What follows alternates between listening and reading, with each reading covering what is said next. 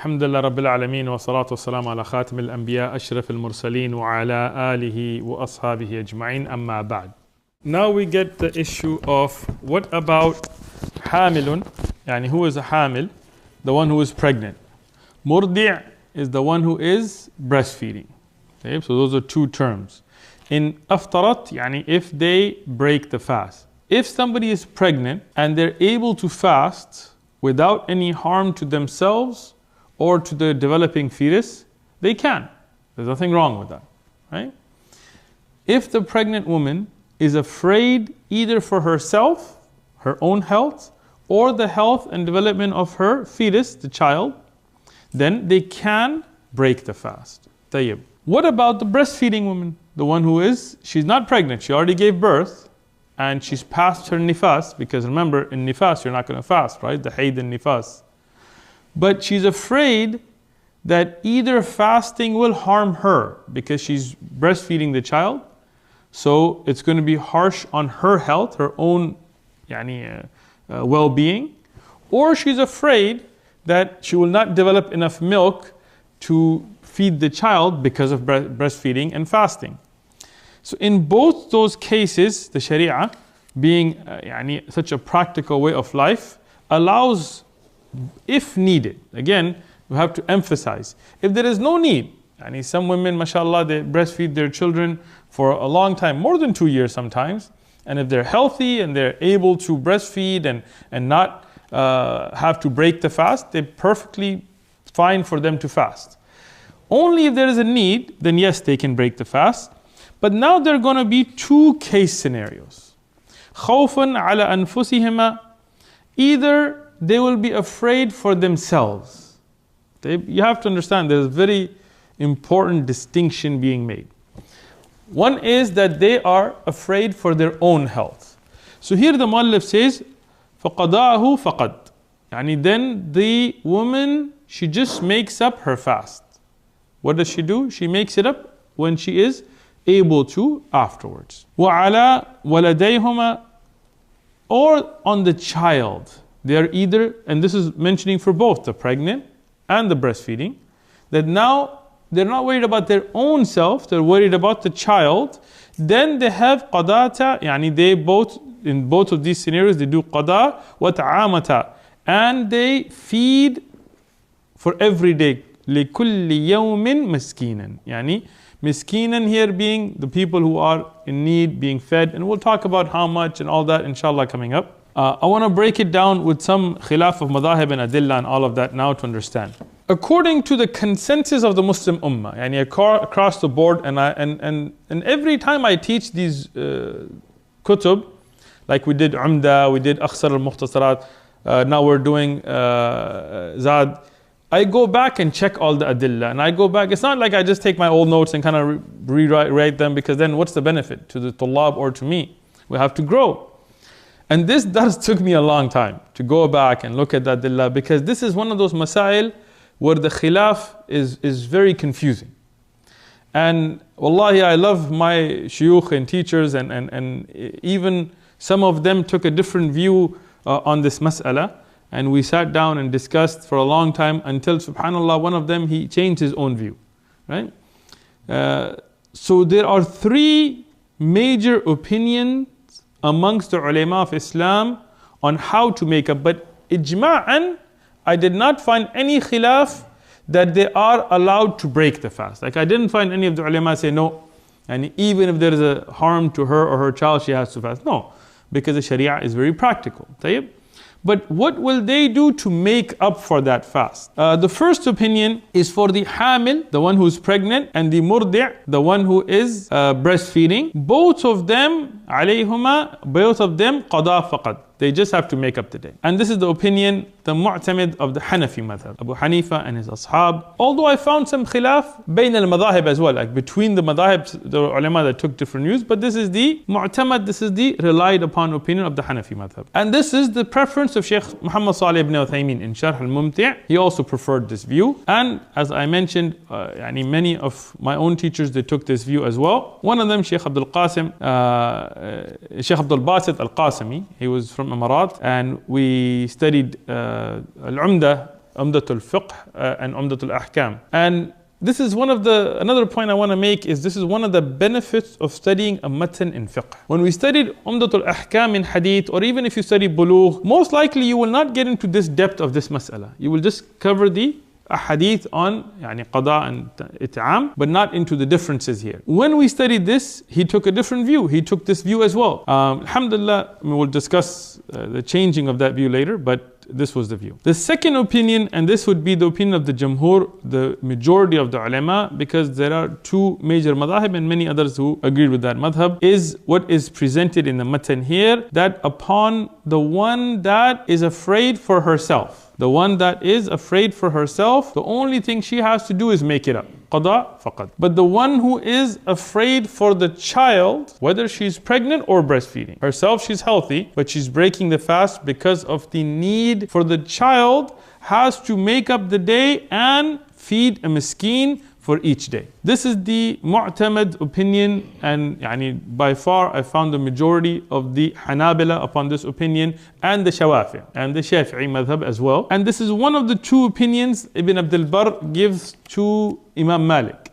to be attributed to Imam Malik. One of the two opinions, Imam Malik, even though it's not the mu'tamad of the Maliki madhab, but this is one of the two opinions there. Tayyib, we're going to get to Adillah. I'm just giving you the opinions first. When I researched this opinion, I also found this to be the madhab of Layth ibn Sa'ad. You brothers know Layth ibn Sa'ad? He had his own madhab. Many of us today, we don't know some of these great imma and ulama. He was born in 94 Hijri, and a very early alim of Islam, a scholar of hadith and fiqh, has his own madhab. It's finished today. We don't have anybody really teaching the madhab today, but it was one of the earlier madhahib.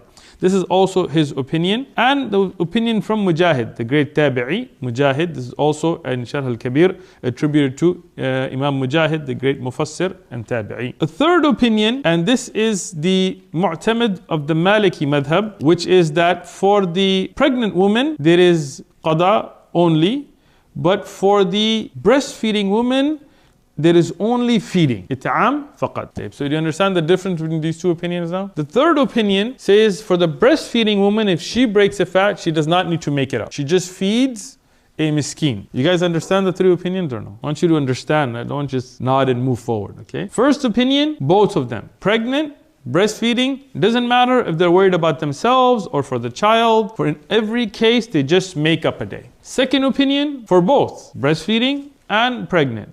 If she's worried about herself or her own health, then she just makes up a day. If she's perfectly fine herself, she's no worry about her own health, she's doing it because she has a legitimate concern about the well-being of the child in the womb or that is breastfeeding, then she will make up the day and feed a miskin. Tayyib. Who's responsible for feeding the miskin? The father or the husband or whoever is responsible for the child. Many brothers, they're like, well, why I got to feed him?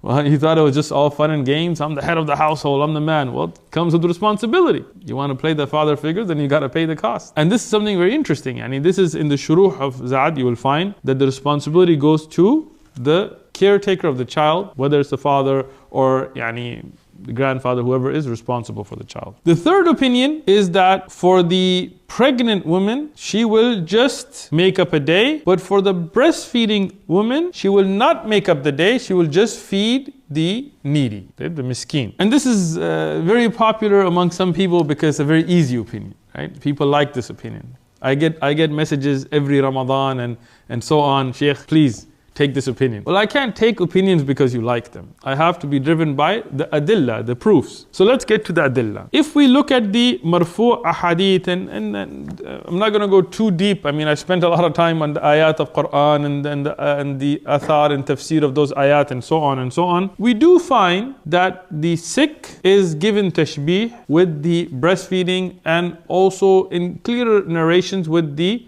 pregnant. So with the sick, what is their makeup? For the one who is going to get better, and obviously from giving birth or, woman does recover, it's not like cancer or something.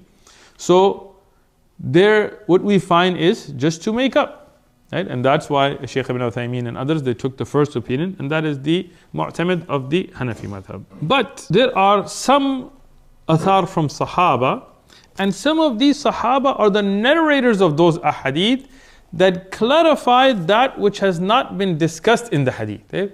Meaning the hadith does not discuss a distinction between the pregnant and the breastfeeding, or her being worried about herself, or her being worried about the child. Here we have a narration in the Sunan of Abu Dawud from Ibn Abbas radiallahu anhuma that mentions the rukhsa for Shaykh al-Kabir and the Mar'a Kabira, for the one who is old of age, and the Hubla, yani the one who is pregnant, or Murdi', or the one who is breastfeeding, having the same. Tayyib. So if somebody is of old age and they're unable to fast, yani they're that old of age, then what do they have to do?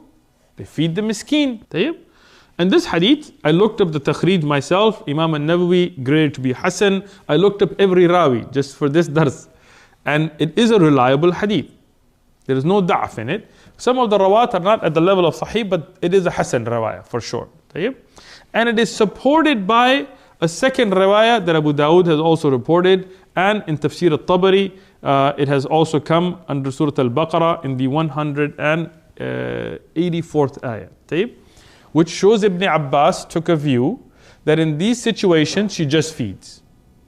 Now this is a problem. Why? Because the earlier hadith we mentioned marfu'an, it mentions making up. And here an authentic riwayah from Ibn Abbas, great mufassir, great sahabi, mentions only feeding. Tayyib, to complicate things, there is a riwayah in the Sunan Kabir of Al-Bayhaqi, and also in the Musannaf Ibn Abi Shayba, from Ibn Abbas radiallahu anhuma, showing that both are done, which is to feed and feed to make up the day and feed the hungry.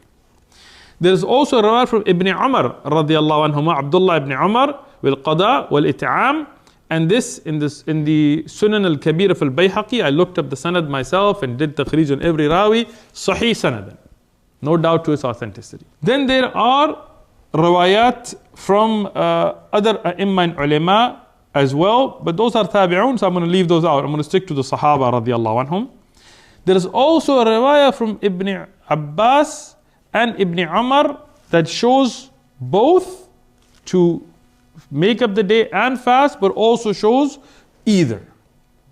So now, one of my teachers, like I was saying, Shaykh Abdul Basit, when we were studying the matan, he took the view, he said, we prefer the marfu' hadith, and the marfu' only mentions qada, and this is why Shaykh Ibn Uthaymeen took it, and he took this view. And at that time, I took the view. I studied under Shaykh Sadiq, same matan, not Umdatul Ahkam, Umdatul Fiqh, and he took a different view. So now it was kind of confusing. Two shuyukh, both I respected. So I kind of just stayed quiet on it at that time. I left. I was in Emirat. I came back and this is one of those masail that I just spent a lot of time researching. And the first time I taught Umdatul Fiqh, I kind of stayed quiet on the mas'ala because I didn't know like what would be the real opinion. And then I spent a lot of time researching, looking up the opinions and looking at Al-Mughni and Sharh Al-Kabir and Al-Insaf and all these books. And Alhamdulillah, I noticed a very beautiful way to make a reconciliation between the adillah. And after I did, and I'll explain it, I called the Shaykh and I spoke to him for hours. I mean, this was years ago, not recently.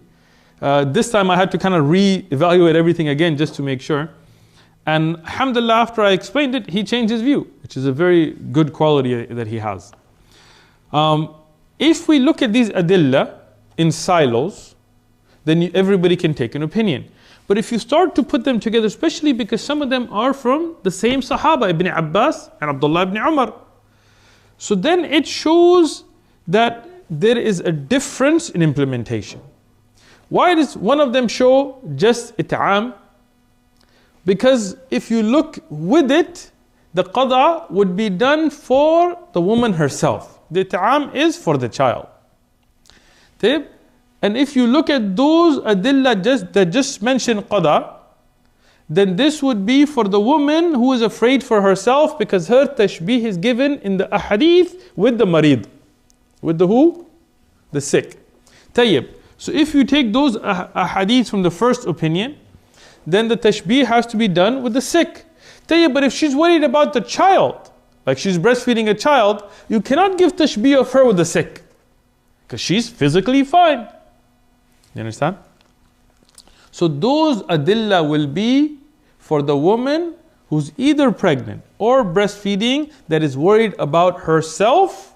Then you look at the context of those ahadith and it makes perfect sense. The tashbih, as Rasulullah sallallahu alaihi wasallam and the Sahaba gave, is for those with the people that are sick.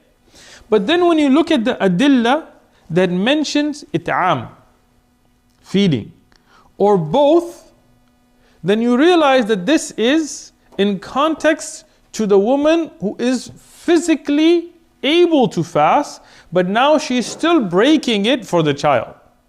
So here, it'am will be given due to her breaking for an external reason, and this is sarihan from the hadith of Abdullah ibn Umar radiallahu anhuma. So that is done, but now why does it mention both? Because she has broken her fast, and that fast has to be made up as well.